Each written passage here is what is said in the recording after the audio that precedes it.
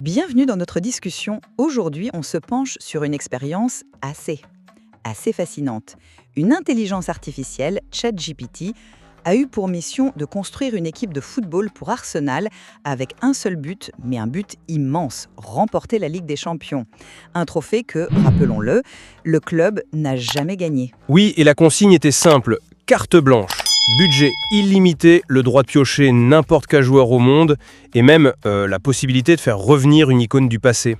Et ensuite, bien sûr, l'équipe était testée dans une simulation pour voir ce que ça donnait. Exactement. Et c'est là que notre débat commence.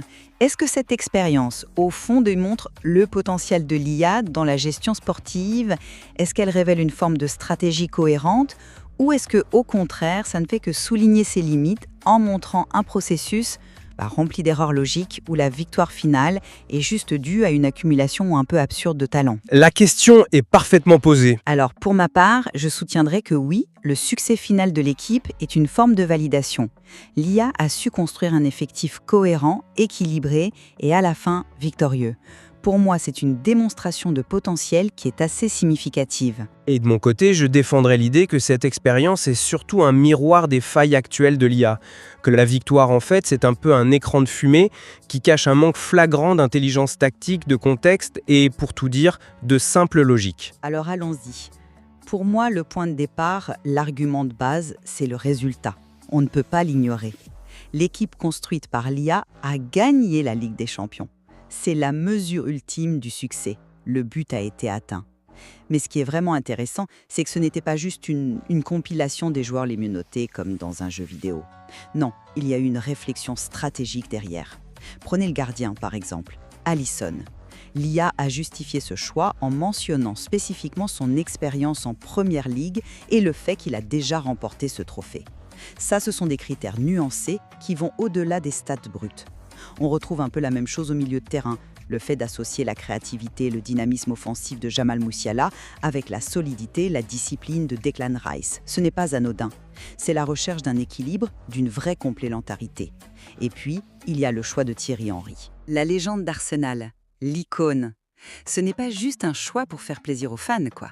C'est une décision stratégique qui vise à créer un point de ralliement, une figure emblématique pour galvaniser tout le groupe.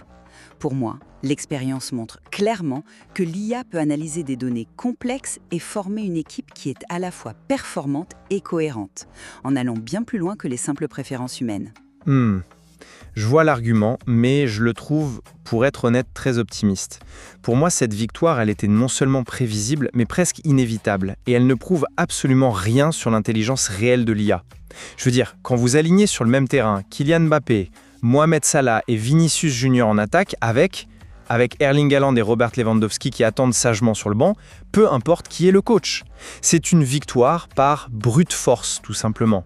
Le succès ne valide pas le processus, il valide juste le fait d'avoir les meilleurs joueurs du monde à tous les postes, point.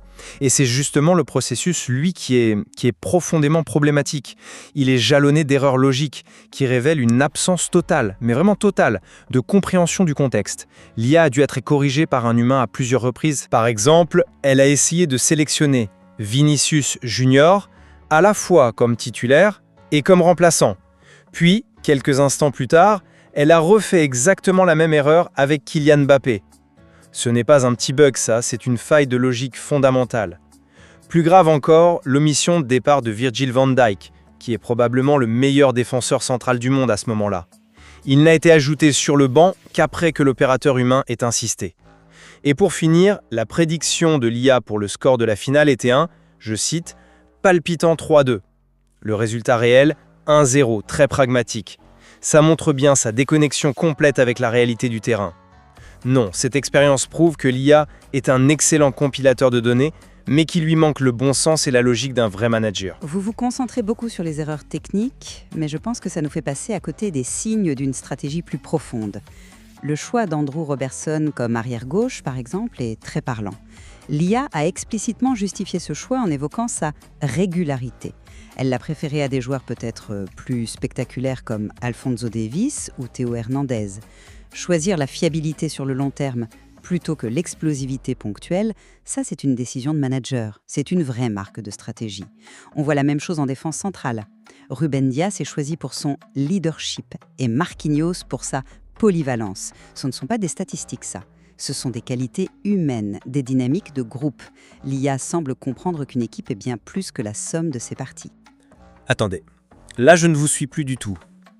Comment pouvez-vous me parler de stratégie profonde et de compréhension des dynamiques pour une intelligence qui, 2 minutes avant, a littéralement oublié qu'elle venait de sélectionner un joueur et a essayé de le mettre 2 fois dans la même liste? Les doublons de Vinicius et Mbappé ne sont pas de simples erreurs techniques, ils révèlent l'absence d'une mémoire de travail contextuelle. L'IA ne construit pas un effectif, elle pioche dans une base de données de meilleurs joueurs en fonction de mots-clés, sans aucune vision d'ensemble cohérente. C'est l'antithèse de la construction d'une équipe. Et l'oubli de Van Dijk, c'est juste impardonnable. Ce n'est pas une question de goût ou de style, c'est comme construire une équipe de basket All-Star et oublier LeBron James. Ça montre une incapacité à saisir les hiérarchies non écrites, mais fondamentales du sport. Une IA vraiment stratégique n'aurait pas eu besoin d'un humain pour lui rappeler d'inclure l'un des défenseurs les plus dominants de sa génération. Je ne suis pas d'accord sur cette interprétation. Pour moi, cette intervention humaine ne discrédite pas le processus. Au contraire, elle illustre un modèle de collaboration qui est très réaliste. C'est peut-être comme ça que l'avenir va se dessiner. L'IA propose une base optimisée à partir de millions de points de données et l'humain vient, il vient affiner, corriger les anomalies, apporter le contexte. Prenez l'exemple de l'arrière droit. L'IA avait d'abord choisi Kyle Walker.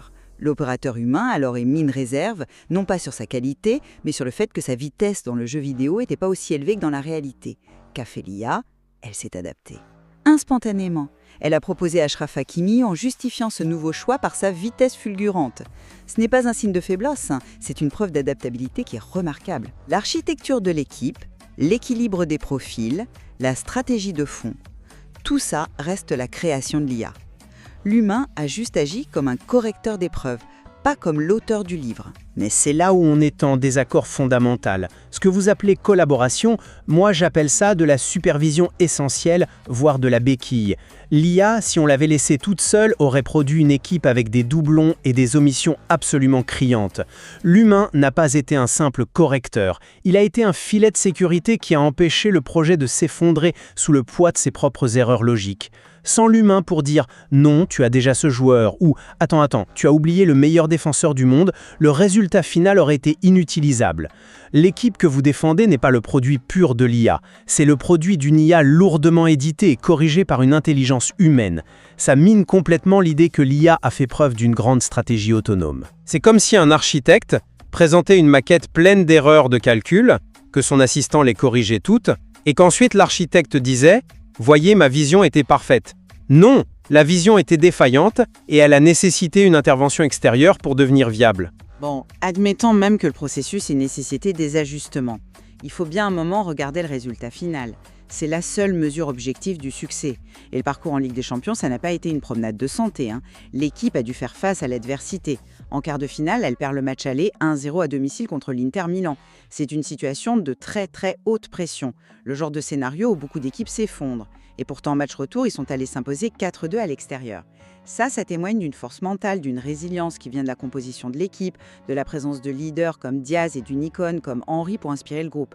Ensuite, ils ont battu Manchester City, qui n'est pas n'importe qui, en demi-finale, avant de soulever le trophée. Donc peu importe les bugs du processus que vous pointez, la finalité est là. La coupe est dans l'armoire à trophées. C'est une belle histoire, c'est vrai, mais quand on gratte un peu le vernis, la réalité est beaucoup moins glorieuse. Cette résilience ressemble surtout à une correction par le talon brut. Quand votre banc de touche est plus fort que le 11 de départ de 99% des équipes du monde, renverser un score n'est pas un exploit de caractère, c'est presque une formalité statistique. Et le fait d'avoir besoin de marquer 4 buts pour se qualifier, on peut aussi l'interpréter comme un signe de faiblesse défensive, une faiblesse qui vous a mis dans cette situation au départ. Mais le plus fascinant, c'est la finale. On parle d'une victoire 1-0 contre le FC Barcelone. Mais quand on creuse un peu, on découvre un détail qui change absolument toute la perspective.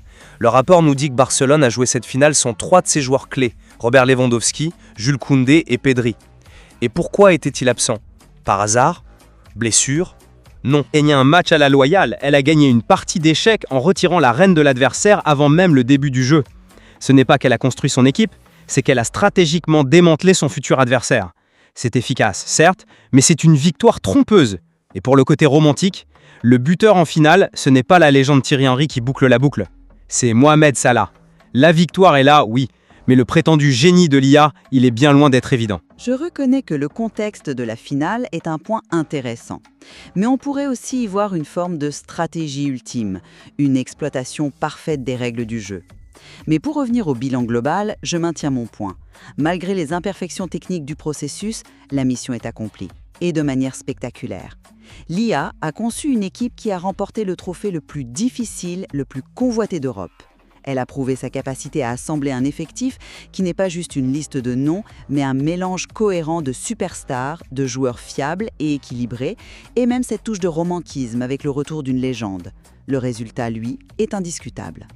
Pour moi, ça ouvre des perspectives absolument fascinantes pour l'utilisation de l'IA dans le recrutement sportif. On n'en est vraiment qu'au début. Et je continue de penser que ce résultat est un arbre qui cache une forêt de défaillances. L'IA a agi sans contexte, sans mémoire. Elle a commis des erreurs logiques primaires qui seraient éliminatoires pour n'importe quel directeur sportif humain. Et elle a eu besoin d'une béquille humaine permanente pour rester fonctionnelle. La victoire n'est pas le fruit d'une stratégie intelligente, mais d'une accumulation de talents si écrasante que l'échec était pratiquement impossible. Ce n'est pas une stratégie, ça. C'est l'application d'un budget illimité sans aucune contrainte. L'expérience montre que si l'IA peut traiter des quantités massives de données, elle est encore très loin de pouvoir remplacer l'intelligence nuancée, la mémoire contextuelle et le simple bon sens qui font un grand manager. Elle a les pièces du puzzle, mais elle ne sait pas comment les assembler sans aide. Sur un point au moins, nous pouvons être d'accord. L'expérience est une étude de cas absolument captivante. Elle pose des questions fondamentales sur la place future de l'intelligence artificielle dans des domaines qu'on a toujours cru dominés par l'intuition et l'expertise humaine, comme le sport. Absolument. Le matériel qu'on a examiné aujourd'hui est riche et, c'est vrai, il offre des arguments solides des deux côtés. Il nous permet d'explorer à la fois le potentiel immense de ces technologies, mais aussi de voir très clairement les obstacles conceptuels et logiques qui restent à surmonter. Le chemin est encore long.